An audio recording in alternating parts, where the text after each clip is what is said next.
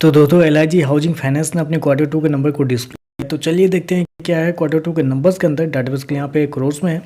तो देखिए पिछले क्वार्टर की बात करें तो पिछले क्वार्टर में कंपनी ने 6,796 करोड़ के आसपास का रिवेन्यू जनरेट किया। तो ऑपरेशन के थ्रू पिछले साल 6,765 करोड़, जबकि अभी देखें तो बढ़ के 6,937 करोड़ कंपनी का जो रिवेन्यू है वो आपको जाता हुआ देखने को मिला। तो साल से साल देखें तो साल से साल कंपनी के रिवेन्यू के अंदर कुछ ज़्यादा बड़ी चेंजेस आपको देखने को नहीं मिल रहे। लगभग आप बोल सकते हैं 3% के आसपास की तेज़ी आपको देखने को मिल रही। वहीं अगर क्वार्टरली बेसिस पे जाते हैं तो क्वार्टरली बेसिस पे भी कंपनी के रिवेन्यू के अंदर लगभग 2% के आसपास की तेजी है। तो कंपनी का रिवेन्यू देखें तो यहाँ पे कुछ खास आपको बढ़ता हुआ देखने को नहीं मिल रहा है साल दर साल, क्वार्टर क्वार्टर दोनों।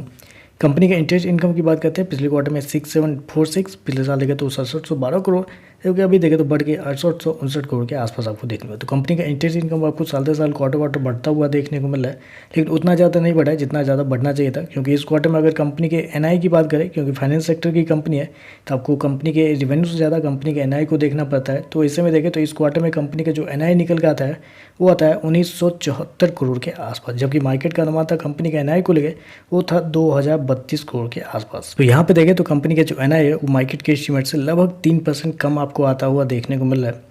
खर्चे की बात करते हैं तो देखिए पिछले क्वार्टर में 5,163 करोड़ खर्च किए थे, पिछले साल 5,282 करोड़, जबकि अभी देखें तो कंपनी खर्चे 5,274 करोड़ के आसपास आपको देखने को मिल रहा है। तो खर्चे देखें तो खर्चे यहाँ पे कंपनी की तरफ से कम किए गए हैं, और उसका मेन रीज़न आप कह सकते हैं कंपनी के एक ही सेगमेंट को जाता है, वो है इम्पेयरमेंट ऑन फाइनेंशियल इंस्ट्रूमेंट। यहाँ पे देखें तो इस क्वार्टर में कंपनी को 77 करोड़ खर्च करने पड़े, जबकि पिछले क्वार्टर में 143 करोड़, पिछले साल 400 करोड़ के आसपास। तो यहाँ पे कंपनी ने खर्चे कम किए हैं, जिसकी वजह से कंपनी के एक्सपेंस कम है, जिसकी वजह से कंपनी का जो प्रॉफिट है वो आपको बेहतर देखने को मिला। क्योंकि पिछले क्वार्टर में देखें तो 1306 करोड़ का प्रॉफिट था, पिछले साल 1193 करोड़, अभी देखें तो बढ़ गए 1327 करोड़ के आसपास कंपनी का जो प्रॉफिट है वो देखने को मिल रहा है। तो साल दर साल जाते हैं तो साल दर साल कंपनी के प्रॉफिट के अंदर लगभग बोल सकते हैं 11% के आसपास की तेजी आपको देखने को मिल रही है। वहीं अगर क्वार्टरली बेस पे जाते हैं तो क्वार्टरली बेसिस पे वही 1.5% के आसपास की तेजी है। तो कंपनी का प्रॉफिट देखें तो बढ़ता हुआ देखने को मिला है साल दर साल, क्वार्टर क्वार्टर दोनों।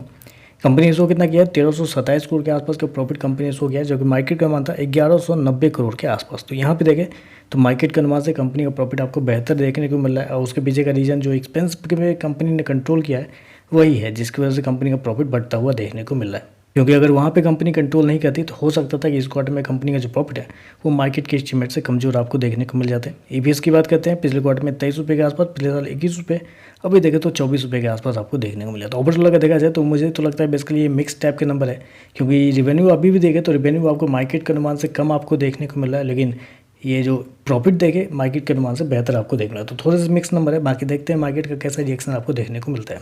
तो चलिए बस आज के लिए बस इतना ही। वीडियो पसंद आए तो लाइक कीजिएगा, साथ में साथ चैनल को सब्सक्राइब जरूर कीजिएगा। धन्यवाद।